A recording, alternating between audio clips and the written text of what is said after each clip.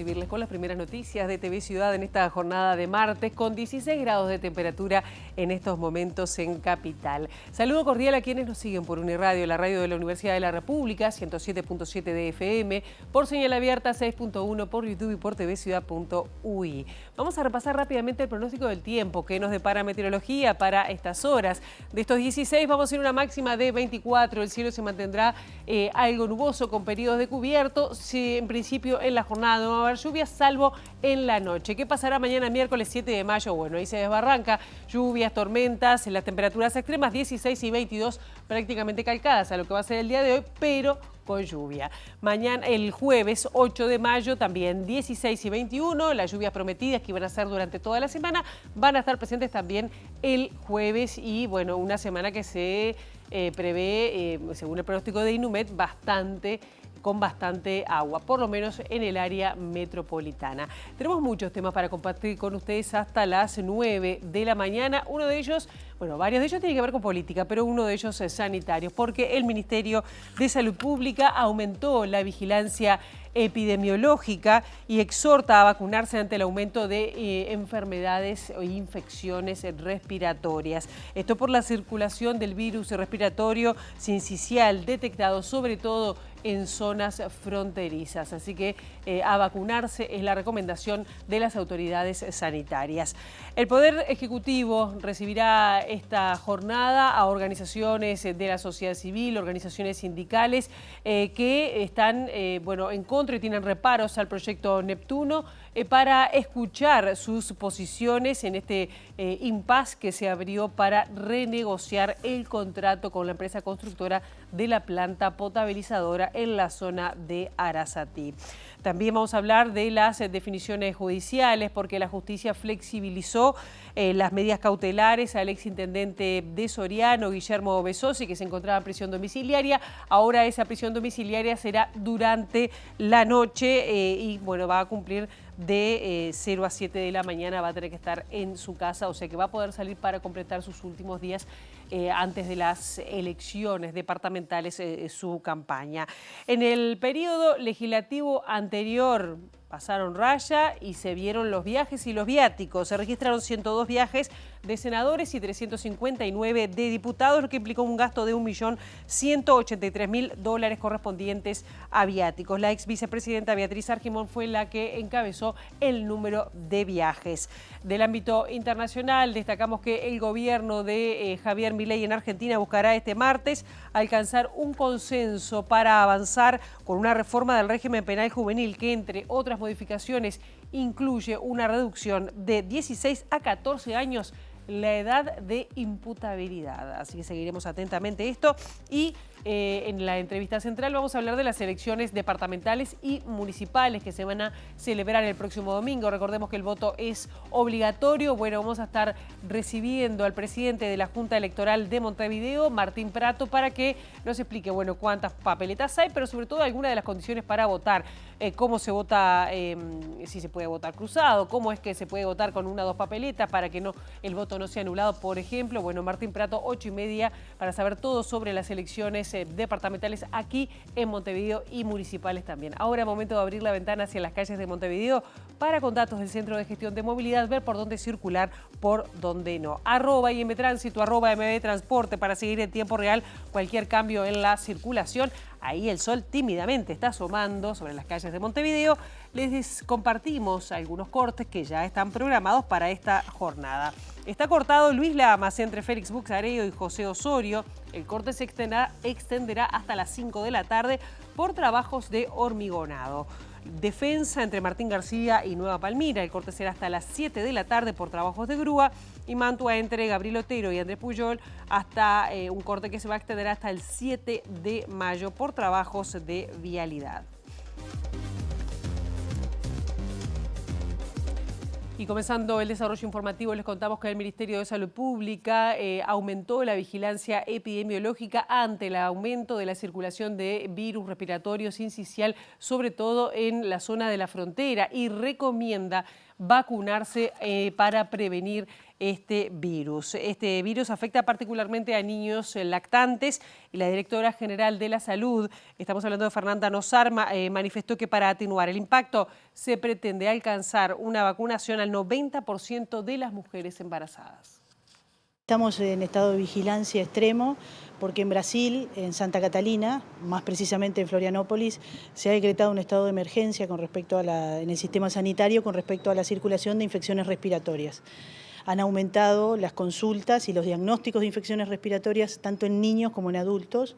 En niños ha superado el 80% el aumento proporcional de las consultas, en adultos un 50%, y dentro de los virus que comienzan a circular, o el más prevalente es el VRS. Pero específicamente hacemos hincapié obviamente en la circulación en niños por lo contagioso que es, pero además la posibilidad de infecciones graves en niños lactantes, y en eso es donde apuntamos y queremos volver a destacar más aún todavía en este periodo la importancia de la vacunación en mujeres embarazadas entre 32 y 36 semanas, hacer nuevamente énfasis en facilitar el acceso a la vacunación, facilitar el acceso a la información, empoderarnos en cuanto a que tenemos este derecho, y lo que estamos previniendo es en nuestro invierno las complicaciones graves en los niños lactantes. Para lograr el mayor impacto tenemos que alcanzar en todo el invierno el 90% o más de las mujeres embarazadas en este periodo vacunadas, y actualmente estamos entre un 70 y 80% semanalmente variando en ese entorno, es decir que nos queda un trecho para lograr el mayor impacto posible. Vamos a hablar ahora de viajes que representantes nacionales hicieron en la legislatura pasada. A nivel del Senado fueron 102 los viajes y a nivel de diputados 359 los viajes registrados, lo que implicó un gasto de 1.183.000 millones de dólares, correspondientes a viáticos. 1.183.000, voy a decirlo bien, correspondientes a viático. La ex vicepresidenta de la República, Beatriz Argimón, es la que encabeza la cantidad de viajes, y el exdiputado nacionalista Alfonso Lerete fue quien más gastó a nivel de la Cámara Baja. El Parlamento uruguayo invirtió más de $1 millón por 2.567 días de viajes. La Cámara de Senadores tuvo un costo de $339.000 y la de diputados $844.000, según informó El País. En la Cámara Alta viajaron 20 senadores y hubo gastos de viáticos por $197.000, de 240.000 entregados, por lo que se devolvió 17% del monto. De los 80 diputados que viajaron, en viáticos gastaron $437.000 en los 5 años y devolvieron un porcentaje similar al de los senadores, 20%. Quien destinó más dinero fue Beatriz Argimón, con 15 viajes. La siguió en la lista el cabildante Raúl Lozano, que estuvo en el Senado hasta que asumió como ministro de Vivienda ante la renuncia de Irene Moreira. El tercero es el nacionalista Amini Furi. Quien más viajes hizo en diputados es el nacionalista Juan Martín Rodríguez, con 27 salidas al exterior, pero devolvió el 97% de los viáticos. El segundo que más viajes hizo en representación de Uruguay fue el diputado nacionalista Alfonso Lerete, quien solo devolvió el 3% de los viáticos. En tercer lugar quedó el frente amplista Carlos Varela. Panamá se visitó 184 veces. El segundo destino más visitado fue España, seguido por Argentina, Paraguay, Brasil, Chile, Estados Unidos, Marruecos, México, Suiza, Colombia, Bahrein, Emiratos Árabes Unidos, Perú, Bolivia y Austria. Y vamos a otros temas. El diputado del Partido Nacional, Pablo Abdala, dijo que el ministro de Ganadería, Agricultura y Pesca, Alfredo Frati, le faltó el respeto al Partido Nacional al criticar a esa colectividad por oponerse al proyecto de ley orientado a regular el ingreso a las intendencias, y usó un exabrupto en un acto político en el departamento de Cerro Largo. Abdala dijo que espera una aclaración de este episodio porque puede condicionar las relaciones entre el gobierno y la oposición. En un acto de la campaña departamental en Cerro Largo realizado este sábado, Frati se refirió al proyecto de ingreso a la función pública de los funcionarios departamentales y criticó a los blancos por no votar la propuesta. Una lectura preocupante. Yo creo que el ministro, objetivamente, le faltó el respeto al Partido Nacional. Creo que a través de esas expresiones hirientes y agraviantes, claramente ingresó en ese terreno de manera muy peligrosa, por tratarse de quien se trata, porque el ministro no es un militante de redes sociales, es un ministro de Estado, integra el Poder Ejecutivo, integra el Consejo de Ministros. Se compromete a sí mismo y compromete al gobierno que integra. Por eso nosotros planteamos muy claramente esta realidad y esperamos que haya alguna rectificación, pedido de disculpas, aclaración. Yo creo que este episodio terminaría por afectar las relaciones o por lo menos las condicionaría negativamente entre el gobierno y la oposición.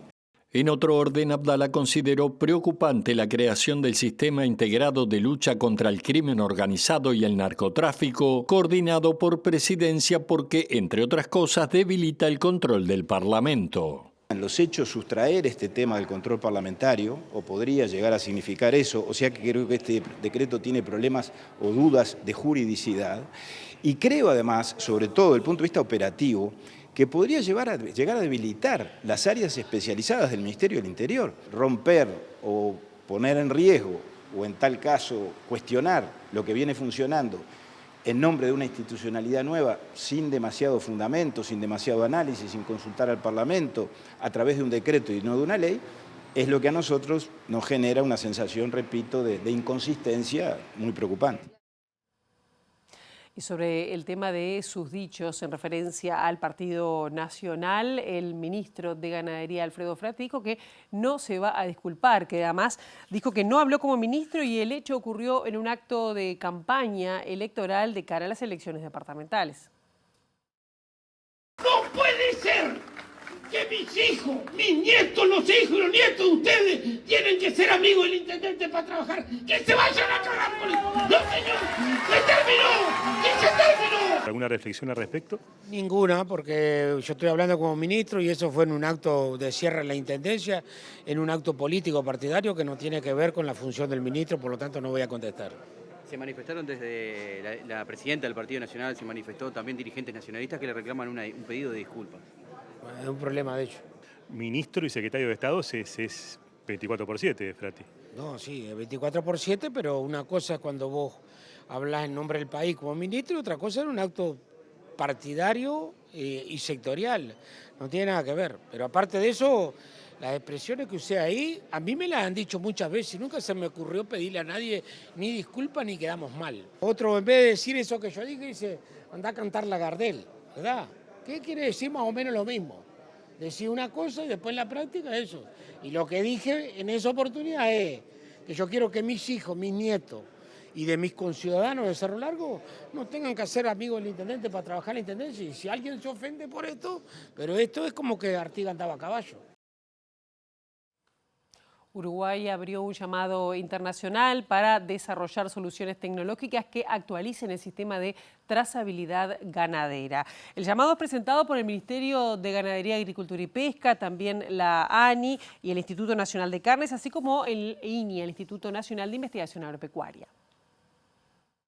Esto es un bien público, una política pública que creo que tenemos que potenciarla, porque además el mundo no espera, y si bien el Uruguay se ha destacado por esta política a nivel internacional, algún día nos van a alcanzar. Por lo tanto, nosotros tenemos que seguir pedaleando y tratar de agregar cosas. Por otro lado, conversando con los servicios ganaderos, que acá está el director, la importancia que tiene, por ejemplo, la georreferenciación, saber dónde están los animales y cuál es el tránsito. Para el ministerio principalmente esto es básico y esto también es de interés de INAC, de INIA y de ANI, que a lo que nos comprometimos, tratar de no superponer trabajo y por eso es que nos hemos juntado para delinear una estrategia en esto que acaban de enunciar, de tener las bases para un nuevo desafío de trazabilidad animal. A partir del lunes que viene va a estar colgada en la web, en las bases, para este llamado internacional, que nosotros esperemos que, obviamente, que lo podamos financiar. Esto no hay un compromiso con los que se presentan, se estudiará y bueno, después veremos cuál es el camino a tomar. Lo que sí, no nos podemos detener en pensar y en soñar que podemos agregarle otra etapa u otro escalón a lo que ha sido una política pública absolutamente exitosa para nuestro país. Y ven ustedes, desafiando el precio y nuevas tendencias de alimentación, en 2024 el promedio de los uruguayos consumió 99 kilos y 300 gramos de carne, 5 kilos más que en 2023. Según el informe publicado este lunes por el Instituto Nacional de Carnes, es el mayor guarismo desde el año 2015, cuando comenzó a realizarse este relevamiento. Este aumento en el consumo de carne, que se acerca a la barrera de los 100 kilogramos promedio, lo ubica aún lejos de los registros de Estados Unidos, que lidera el consumo per cápita con 120 kilos de carne por habitante y de los 115 kilos que consumen los y las argentinas. En 2015, la población uruguaya consumía en promedio por habitante 93 kilos 100 gramos de carne y durante 2020 se registró el guarismo más bajo, con 87 kilos 300 gramos de proteína de carne. Este último relevamiento no solo revela el mayor consumo de la última década, sino que establece un crecimiento de 3 kilogramos de carne bovina con respecto a 2023. La carne bovina representa casi la mitad de la que consumen uruguayas y uruguayos, con 48,3%. La segunda carne más consumida en este país es la aviar, con 25,5%, y en tercer lugar se ubican las carnes porcinas, con 22,9%. El consumo de carne ovina en Uruguay representa apenas 2,6% del total. El consumo total de proteínas proviene mayoritariamente de la producción nacional, más allá de que el 30,8% de las carnes es producto del crecimiento sostenido desde 2020, como consecuencia del incremento de las importaciones de carne bovina y porcina. Las variaciones de precios al público a diciembre de 2024 mostraron una tendencia al alza para todas las especies. En el caso de la carne bovina y ovina, hubo una trayectoria anual caracterizada por disminuciones, salvo en los 2 últimos meses del año, en los que el precio de la carne ovina mostró aumentos significativos. Y vamos a hablar ahora del índice de precios al consumo, que en abril se situó en 0,32%, según datos divulgados este lunes por el Instituto Nacional de Estadística. La cifra mensual estuvo algo por debajo de lo esperado por el mercado en la última encuesta de expectativas del Banco Central, que era de 0,48%. Con estos números, la inflación en los últimos 12 meses cerrados a abril se ubicó en 5,36%, desde 5,7% en el mes de marzo. El indicador continúa dentro del rango de tolerancia fijado por las autoridades, que se ubica entre 3 y 6%, en el que ha permanecido en los últimos 23 meses de manera consecutiva. En abril, los rubros que mayor incidencia tuvieron en el IPC fueron alimentos y bebidas no alcohólicas, ropa y calzado y transporte. El rubro alimentos y bebidas se encareció 0,8% y su incidencia se explica principalmente por subas de carne, 2,6%, leche y huevos, 1,3% y verduras, 1,8%. En tanto, las frutas y hortalizas se abarataron en 2,4%. Y el tema de la caja de profesionales universitarios y su reforma sigue dando que hablar. La comisión especial que analiza justamente este proyecto aplazó la elección de autoridades de esta institución, que estaba prevista para el mes de junio. El diputado Joaquín Garlo, del Frente Amplio, informó que también se aprobaron cambios en la composición del directorio de la caja, que pasará de 7 a 5 integrantes. En el día de hoy, además, la Comisión aprobó por unanimidad el proyecto de ley que posterga los comicios de las autoridades de la Caja de Profesionales, el directorio de la Caja y de la Comisión Asesora y de Contralor, que estaban previstos originalmente para el mes de junio, concretamente para el 12 de junio había sido la fecha fijada por la Corte Electoral, y que ahora se prorrogan para fines de este año, no antes de octubre y no después de diciembre del 2025. El proyecto de reforma de la ley orgánica prevé, entre otras cosas, una modificación en la composición del directorio, que pasaría de 7 miembros a 5 miembros. Por lo tanto, eso implica que en el marco de la discusión de este proyecto no resulte prudente o procedente someter a votación las autoridades de la Caja, ¿no? La semana próxima ya estaríamos en condiciones de empezar a dar la discusión en el ámbito de la comisión para ver, bueno, qué planteos, qué propuestas pueden ser incluidas, porque la idea original de esta comisión especial es esa, es que sea un debate horizontal, plural, participativo y abierto, y es lo que ha sucedido en el correr de estas semanas. Formalmente la comisión tiene plazo hasta el 31 de mayo para elevar su informe a la Cámara. De todas maneras, hay consenso para que eso suceda antes del 31 de mayo.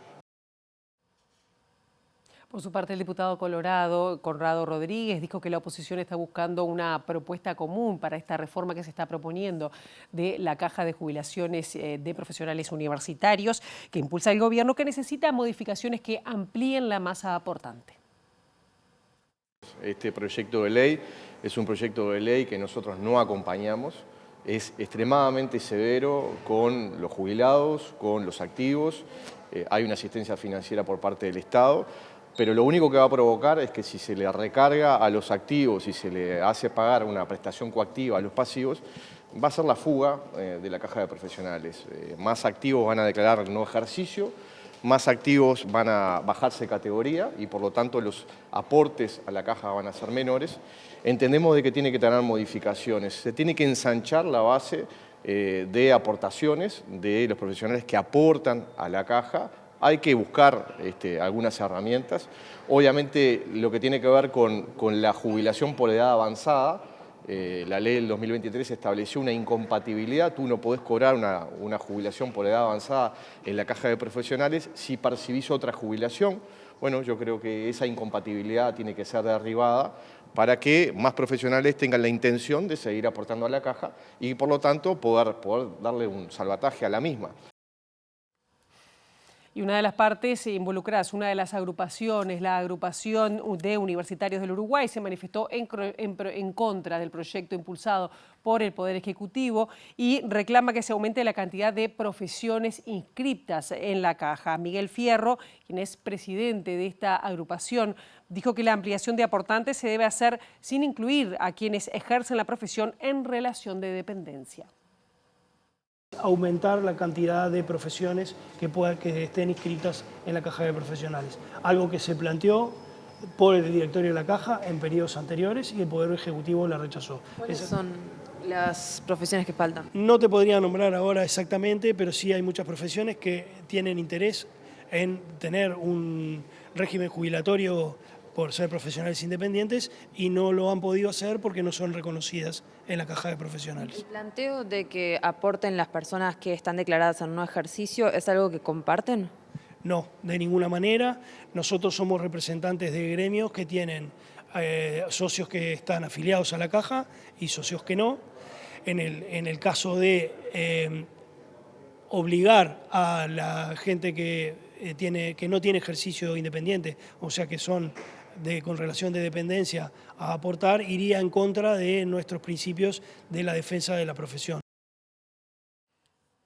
Y del Palacio Legislativo nos vamos a Sayago, donde se encuentra nuestra compañera Abril Mederos con información relevante en lo que tiene que ver con el tema de salud. Abril, muy buenos días, bienvenida.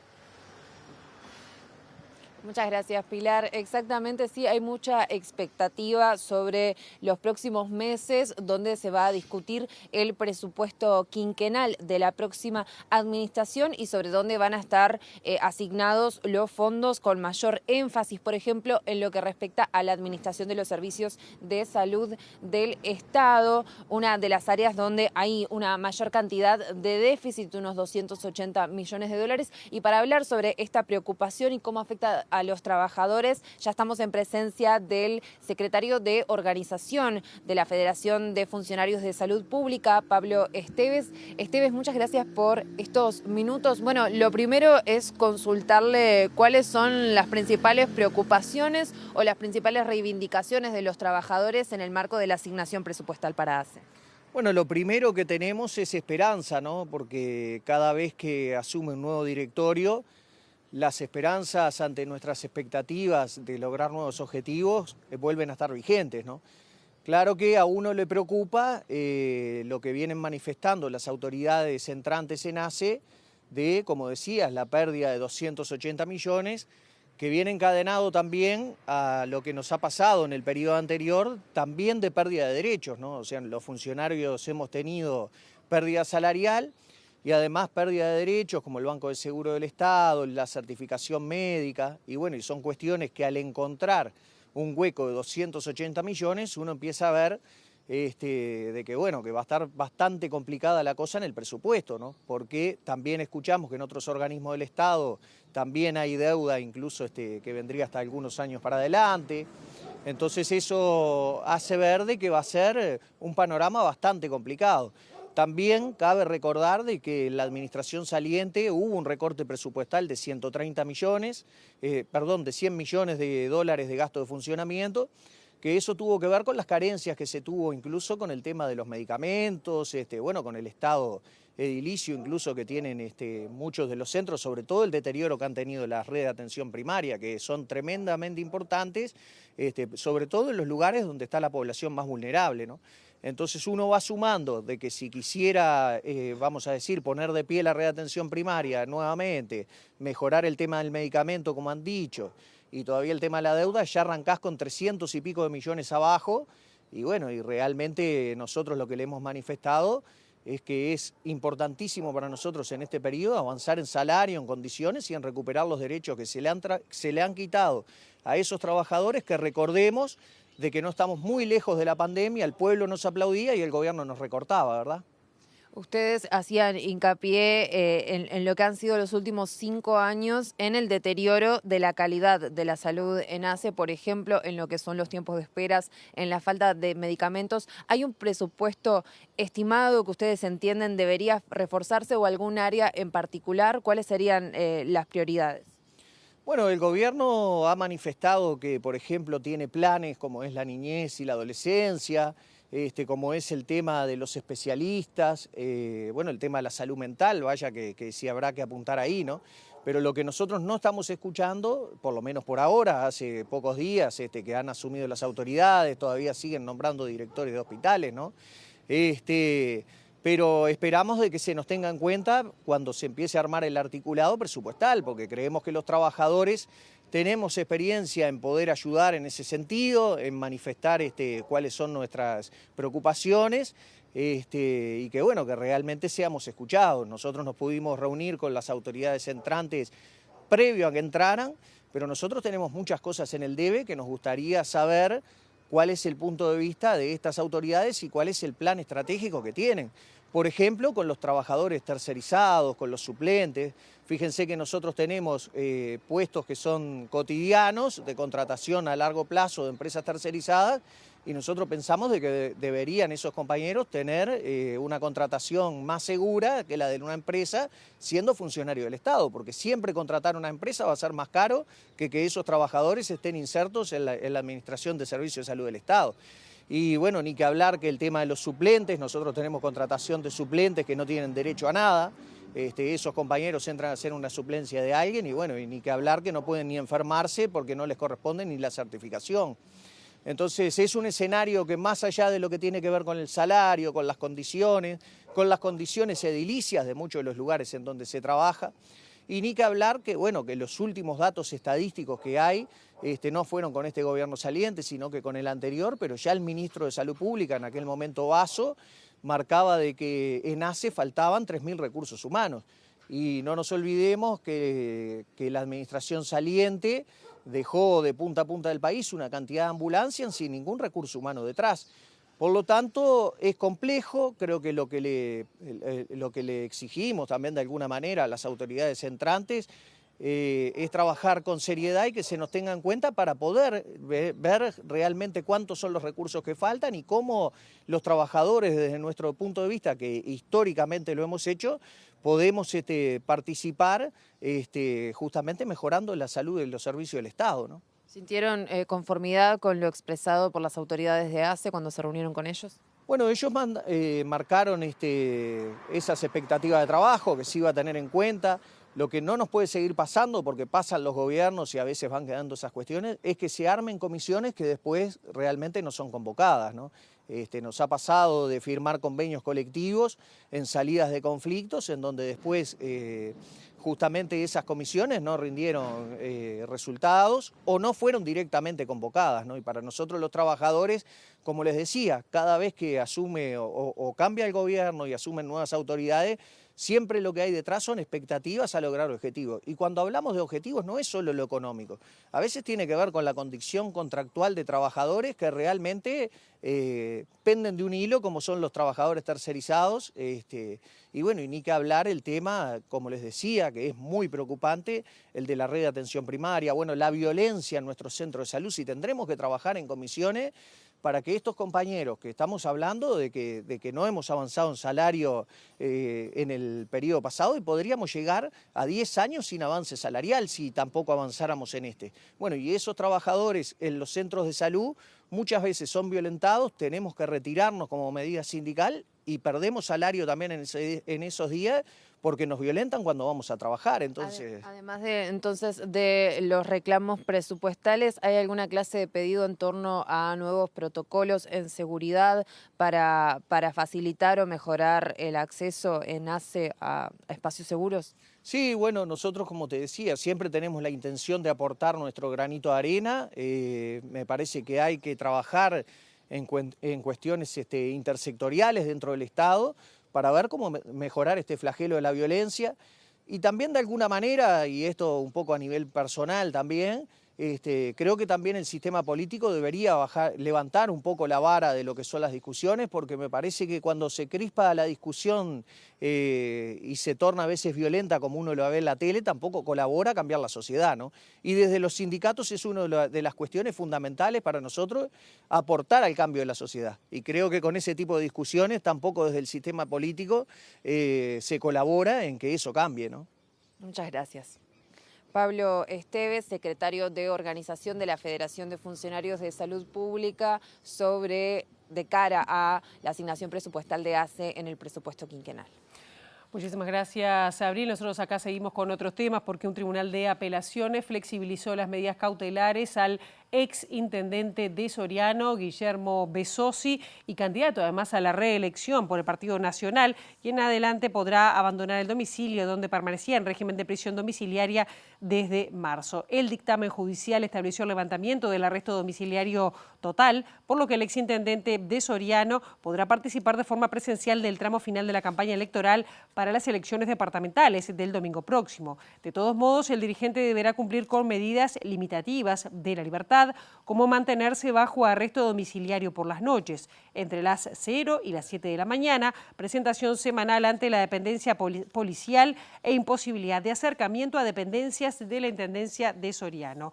En marzo, Besosi y otras personas que ocuparon cargos en la Intendencia de Soriano fueron imputadas por la fiscal Stella Ciaturi por presuntos delitos contra la administración pública.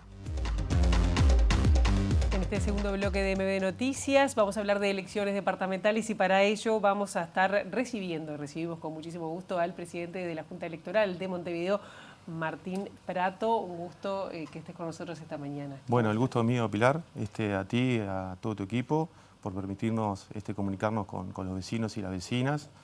Recién llegadito, ¿no? Porque sí, asumiste el 15 de febrero. El 15 de febrero, sí. Y bueno, ya no terminamos de acomodarnos, que ya tuvimos que empezar a preparar la elección departamental y municipal. Porque para explicarlo también para la audiencia, ¿no? La Junta Electoral de Montevideo, ¿cómo lo explicarías? ¿Es como la representación territorial de la Corte Electoral? ¿Cómo sería? Exactamente, sí. Hay una Junta Electoral en cada uno de los 19 departamentos. Y podemos decir que sí, somos el anexo territorial de la Corte Electoral. Bien. ¿Y cómo están trabajando de cara a las elecciones? Ustedes han recibido las listas. ¿Cuántas listas hay en Montevideo? ¿Es más que en otras oportunidades? Porque además hay, bueno, contame tú, ¿cuántas listas hay departamentales y municipales? Sí, el proceso en realidad es un proceso bastante extenso. Nosotros comenzamos a preparar esto ya de febrero, como te decía, conformando el plan circuital, donde ahí hacemos un relevamiento de los diferentes locales que se van a utilizar para la elección. Posteriormente, las agrupaciones políticas, los lemas, tienen que ingresar en un tiempo determinado las hojas de votación, que tienen que cumplir cierta reglamentación, por ejemplo, que tienen que estar encabezado el nombre del lema, la cantidad de candidatos, bueno, una serie de normativas, también el tema del diámetro de las hojas de votación. Y bueno, después de eso nos preparamos. ¿Hubo mucho rechazo o ya la gente, ya los partidos? Bueno, en realidad ya vienen con una experiencia acumulada y alguna pequeña llamado de atención, pero rápidamente lo revierten las agrupaciones políticas y no hemos tenido ningún tipo de inconveniente. Claro. Bueno, posteriormente a eso, nuestra función también es conformar las comisiones receptoras de votos, que eso lo hacemos con los funcionarios públicos. En esta instancia lo que hicimos es habilitar, ya veníamos de la Junta anterior, que había tomado una decisión muy asertiva de habilitar voluntarios que quieran trabajar. En esta oportunidad se anotaron más de 8.000 voluntarios, eso es importante destacar, de los 15.000 trabajadores públicos que van a trabajar el 11 de mayo. ¿Y esos 8.000 no tienen los beneficios que tienen los funcionarios públicos? ¿O sí? Sí, no, son funcionarios públicos que se inscriben como voluntarios, o sea, que demuestran que ese día quieren trabajar. El resto se conforma con la lista que nos mandan los distintos organismos públicos y se les manda la citación a ellos para que los trabajadores se puedan concurrir el 11 de mayo. Como te decía, son aproximadamente 15.000. Vamos a contar con 569 locales de votación y en un total de 2.542 circuitos. ¿Son los mismos que las elecciones nacionales o hay variaciones para el caso de Montevideo? Hay pequeñas variaciones. Nosotros en ese sentido lo que hacemos es tomar algunas sugerencias que nos llegan propiamente a veces de los mismos ciudadanos que nos refieren a algún tipo de inconveniente que tuvieron con algún local y en ese caso la Junta es competencia de la misma poder hacer algún tipo de retoque. Se hicieron algunos, pero han sido residuales. Igual de todas maneras, lo que sí sugerimos a los vecinos y a las vecinas que entren a la página de la Corte Electoral, se fijen en el plan circuital o en el buscador y ahí les va a salir el local y el número de circuito en el cual están destinados. Bien, antes de ver o de recordar cómo es que tenemos que ir a votar, si tenemos que llevar la credencial o la cédula o lo que sea, ¿cuántas listas se presentaron? Si son, en comparación, por ejemplo, a la elección departamental y municipal, porque acá hay 2 elecciones. Exactamente, sí. Eso es importante tener en cuenta, muy importante la información que le podamos brindar y en ese sentido ustedes como medio de comunicación cumplen un rol fundamental para lo que es el fortalecimiento y la calidad democrática. Hay 131 listas departamentales, de las cuales 85 presentó el Frente Amplio, 43 la Coalición Republicana y 3 Asamblea Popular. Para la elección municipal, recordad que es una elección simultánea, la elección departamental donde elegimos el intendente y los 31 ediles, y la elección municipal donde elegimos el consejo municipal y el alcalde o alcaldesa, que es el concejal más votado. O sea, la lista del partido más votado va a tener la responsabilidad de llevar adelante el alcalde, digamos, o alcaldesa. En comparación con las elecciones anteriores, en cuanto a la departamental, sí hubo un incremento y en la municipal pasó lo inverso, o sea, hay menos listas a municipal. En total son 62 candidatos a alcalde en los 8 municipios de Montevideo. La Coalición Republicana presentó 40, 18 del Frente Amplio y 8 Asamblea Popular. ¿Quién fue el que bajó más? La Coalición Republicana, es importante recordar que en el 2020 se presentaron como partido independiente, en este caso el lema es Coalición Republicana y conglomera al Partido Nacional, Partido Colorado, Partido Independiente y Cabildo Abierto. Hubo una merma, sí, en cantidad de candidatos, eso responde a cuestiones estratégicas de cada una de las agrupaciones. Y yo te pregunto, porque a veces uno, vota en un lugar, pero ¿se puede votar cruzado fuera del partido? No, sí, dentro de las listas, dentro de cada lema. Contá cómo sí, para no equivocarnos. No, está bien.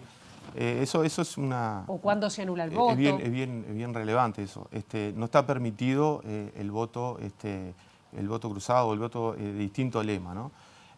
Si pongamos un ejemplo, si el votante elige votar en la lista departamental al Frente Amplio, no puede votar en la municipal a la Coalición Republicana, por ejemplo. En ese caso se anulan las 2 hojas de votación. Las 2. ¿Y qué pasa, por ejemplo, si me equivoco y meto, porque, no sé, me dieron voto a un candidato a la intendencia y meto por error, o no, del mismo partido, pero de un municipio que no corresponde? Sí, ¿Se anulan los 2? ¿Qué pasa ahí? Sí, en ese caso se anula únicamente la hoja de votación municipal. Por eso es importante que la población se informe debido a su serie de credenciales el municipio que corresponde. La circunscripción está determinada por la serie de credencial Bueno, cada municipio tiene un conglomerado de credenciales. En realidad son 75 credenciales, sería bastante difícil poder decir cada una la que le corresponde a cada uno de los municipios, pero eso está en la información en la página de la Corte Electoral y bueno, ¿Y qué pasa, y en por las ejemplo? listas también tiene que estar, está de hecho porque es una de las reglamentaciones, cuáles son las series de credencial que corresponden al municipio que va a votar. Si lo agarro ahí en el cuarto secreto, no tengo manera de equivocarme. Bueno, sí, exacto. Pero, ¿qué te pregunto? No me convence ninguna de las candidaturas. ¿Cómo hago para votar al lema? ¿Eso se puede? ¿Cómo sería? ¿O voto al lema o voto anulado? Decime las posibilidades. Sí, bueno, en la departamental, para votar al lema, si tú votás 2 hojas de votación del mismo lema o más, pero que no se repita la misma numeración, ahí estarías votando al lema. ¿Tá? Y en la municipal, por ejemplo... Suma al partido, pero no hay ningún candidato en particular. Exactamente, sí. Por ejemplo, pongamos el ejemplo de la coalición republicana. Si tú pones una hoja de Martín Lema, otra de Roque García y la de Virginia Cáceres, en ese caso el voto va hacia el lema coalición republicana, no va a ninguno de los candidatos. Bien. Y en la municipal, en aquellos municipios que son candidaturas múltiples, bueno, puede ocurrir lo mismo. O sea, si tú pones una de cada uno de los candidatos, el voto va al lema municipal del partido, digamos. Claro. ¿Qué pasa con cuántos nuevos votantes hay en esta elección que no pudieron votar, por ejemplo, en la nacional? Y si se da el caso de votantes residentes extranjeros que también votan, ¿cómo es eso? Sí, en total hay en Montevideo 1.024.192 habilitados. Son 1.300 menos que la elección de octubre. Eso responde a las cuestiones demográficas de nuestro país. Nuevos votantes hay 7.000 y extranjeros que van a votar aproximadamente unos 3.000 son los que están habilitados para poder usufructuar. ¿Qué otros aspectos hay que tener en cuenta en el momento de la votación? Porque generalmente en las últimas elecciones, o qué expectativa tienen, la municipal no ha concitado demasiada atención.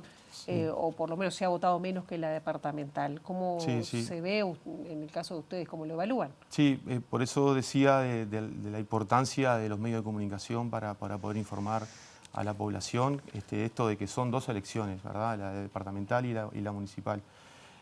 Sí, el porcentaje promedialmente está entre un 37%, no llega al 40%, es bastante fluctuante según el municipio, ¿no? Hay realidades distintas. Por ejemplo, en la elección anterior, el municipio que tuvo una participación menor fue el municipio D, con un 29%. En cambio, el municipio CH pasó el rango del 53%.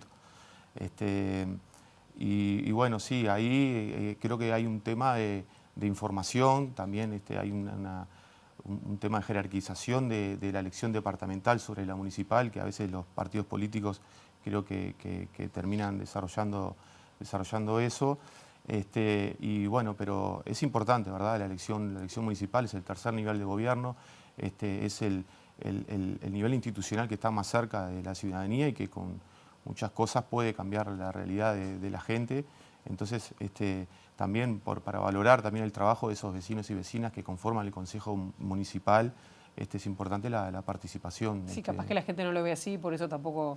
Claro, bueno, vota, ahí ¿no? hay varias lecturas, ¿no? Sí. También puede ser. Te quería preguntar, antes de que me digas la justificación, es decir, de qué modo no se va a poder o se puede justificar el no ir a votar cuando puede la persona efectuar. Bueno, salvo que la persona esté fuera del país en ese momento, ahí eso es una forma de justificar el no voto, o si no por fuerza mayor, porque por una cuestión de médica, certificado, tengan alguna convalecencia que no le permita poder votar. En ese caso tiene 30 días posteriores a la elección para poder justificarlo en la Junta Electoral de Montevideo. ¿Y si no el voto? ¿Y si no, cuánto tengo que pagar? Bueno, y ahí tiene que pagar una UR, y bueno, pero lo importante siempre decimos valorar el sistema electoral que nosotros tenemos, que es un privilegio, digamos, a nivel internacional, un ejemplo, el tema de, bueno, la participación, la fuerte participación que tiene nuestra ciudadanía y, bueno, eso estimular siempre al voto. Martín, ya tenemos que cerrar. La última y muy breve, ¿a qué hora piensan que van a estar los resultados? Una elección más sencilla. Bueno, cortito. La elección es de las 8 y las 19:30 y la recabación de los datos lo va teniendo la Corte Electoral. Eso ya es un tema de la Corte, pero habitualmente después de las 20:30 ahí ya se empieza a tener los primeros datos, ¿verdad? Martín Berato, muchísimas gracias por estos minutos y bueno, mucha suerte el domingo con todo el trabajo. Bien, si me permitís, quisiera agradecer también a mis compañeros miembros de Junta, a Juan Altesor, que representa al Partido Nacional, Sebastián Bonilla, que representa al Partido Colorado, y Virginia Rossi y Ara Díaz, que son representantes del Frente Amplio, y también a toda la militancia de los distintos partidos políticos que se vuelcan al espacio público a debatir sus ideas, a entregar las listas en un ambiente fraterno y de respeto mutuo. Muchísimas gracias. Gracias a ti. Bien, nosotros ahora seguimos con otros temas porque en esta jornada el Poder Ejecutivo va a recibir a representantes de organizaciones sociales y sindicales en el marco de este plazo de negociación que se dio para rediscutir el proyecto Neptuno.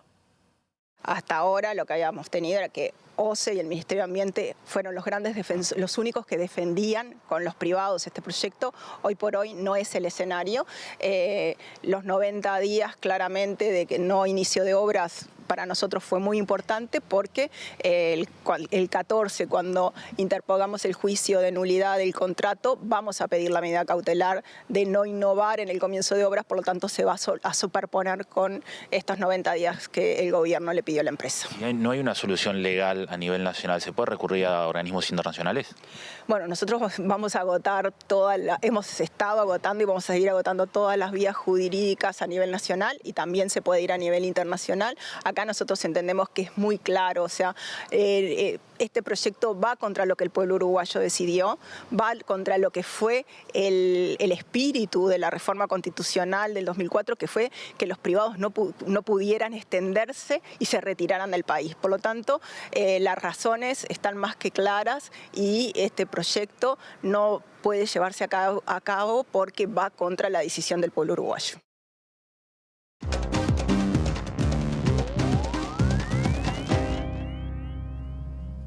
Y hoy en Argentina el Congreso va a debatir sobre una ley que contempla la baja de la edad de imputabilidad de 16 a 14 años. La iniciativa, que se elaboró con el aporte de más de 100 diputados y diputadas, tiene el apoyo del oficialista La Libertad Avanza, el PRO y varios bloques aliados al gobierno y es resistido por la izquierda, por el kirchnerismo, las organizaciones de derechos humanos y la pastoral social de la Iglesia Católica.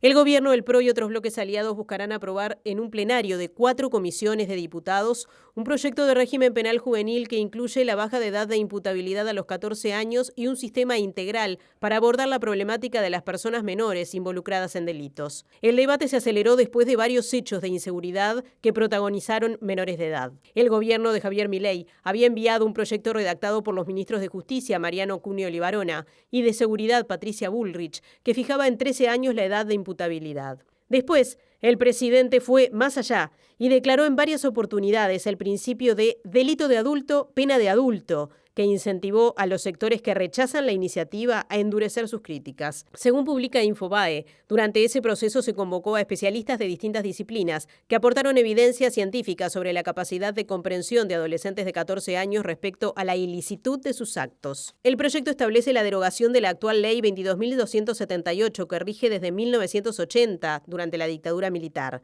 El nuevo texto, que consta de 53 artículos distribuidos en 11 capítulos, fue elaborado tras 8 sesiones informativas que comenzaron en agosto del año pasado. La iniciativa es resistida por el kirchnerismo, la izquierda, organismos de derechos humanos y la pastoral social de la Iglesia Católica, que expresaron su fuerte oposición. Al menos 21 personas resultaron heridas este lunes en un ataque israelí contra una fábrica de cemento en Bajel, al este de la ciudad portuaria de Al-Udeia, según informó el Ministerio de Salud UTI sobre esta operación que se da en represalia al misil que los insurgentes lanzaron ayer contra el aeropuerto de Ben Gurión en Tel Aviv. El ejército israelí atacó este lunes el puerto yemení de Al-Udeida como respuesta a un misil lanzado desde Yemen por los hutíes que cayó el domingo en el aeropuerto internacional de Ben Gurión, en Tel Aviv. Es la primera vez que Israel ataca a Yemen desde su vuelta a la ofensiva en Gaza en el pasado 18 de marzo, un tiempo en el que los rebeldes hutíes han lanzado varios misiles hacia el territorio israelí. La Fuerza Aérea Israelí atacó una planta de hormigón, importante recurso económico para los hutíes, que según denunció Tel Aviv, también se utilizan para construir túneles e infraestructura terrorista. El Ministerio de Exterior de Irán negó por su parte este lunes en un comunicado todas las acusaciones de estar detrás de las acciones de los hutíes y calificó como infundadas y engañosas las acusaciones israelíes, al tiempo que advirtió sobre las consecuencias de cualquier agresión en su contra. Luego del misil caído en Ben Gurión, los rebeldes hutíes afirmaron que impondrán un bloqueo aéreo global sobre Israel mediante ataques contra sus aeropuertos y pidieron a las aerolíneas internacionales que anulen sus vuelos desde ese destino para preservar la seguridad de sus aviones y clientes. Ante estas declaraciones de los hutíes, varias compañías anunciaron la interrupción de sus vuelos desde Israel durante un plazo de 48 horas.